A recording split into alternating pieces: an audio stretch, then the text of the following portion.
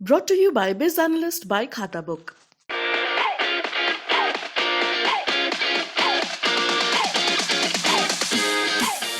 यही एक ऐसा देश है जहां ईद के दिन लोग सेवैयाँ खाने आते हैं और होली के दिन हम गुजिया खाने जाते हैं। कि हम लोग कैबिनेट बैठक से निकल के आए हैं और हमें ग्राउंड लेवल तक माननीय मुख्यमंत्री जो निर्देशित किया गया सभी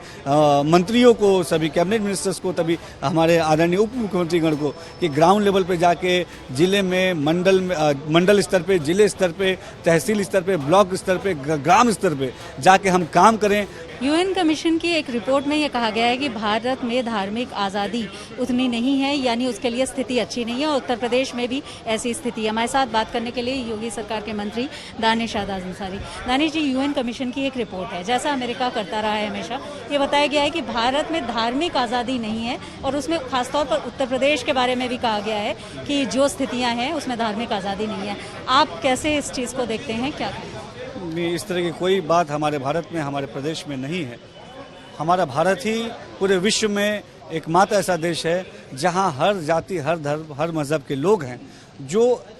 एक साथ मिलके सभी त्योहारों को, सभी रीति रिवाजों को मानते हैं, फॉलो करते हैं। यही एक ऐसा देश है जहां ईद के दिन लोग सेवैयाँ खाने आते हैं और होली के दिन हम गुजिया खाने जाते हैं। इतनी अच्छी गंगा जमुनी तहजीब हमारे देश में है, हमारे प्रदेश में है और आज इतने अमन, चैन, सुकून के साथ हमारे देशवासी एक तरफ जहां रमज़ान मना रहे हैं, दूसरी तरफ हनुमान जयंती बनती है, रामनवमी बनती है। तो जो एक धार्मिक एकता है, जो एक अखंडता है, जो एक प्यार है, जो मोहब्बत है, वो केवल हिंदुस्तान में, हमारे प्रदेश में देखने को मिलता है, हमारे देश में देखने को मिलता है और हम सब मिलजुल के अपने देश को, प्रदेश को आगे ले जा रहे हैं। आप देखिए लगातार हर जगह से कितनी अच्छी रिपोर्टें आती हैं। जिस तरह से सीए एनआरसी को लेकर के प्रोटेस्ट हुआ था, उसके बाद कार्रवाई हुई थी, तो कहा यह जा रहा है कि उसमें एक धर्म विशेष के लोगों को टारगेट किया गया संभवतः, इसलिए ये बात कही जा रही है।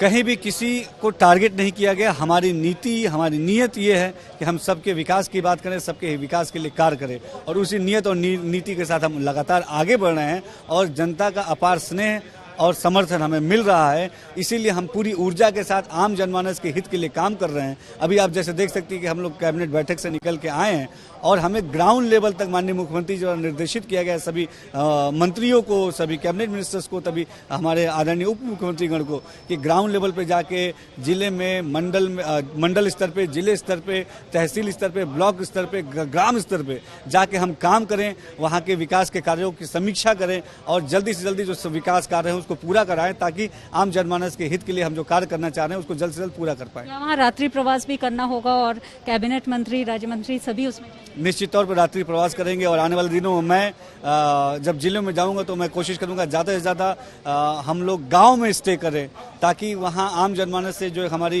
लगाव है,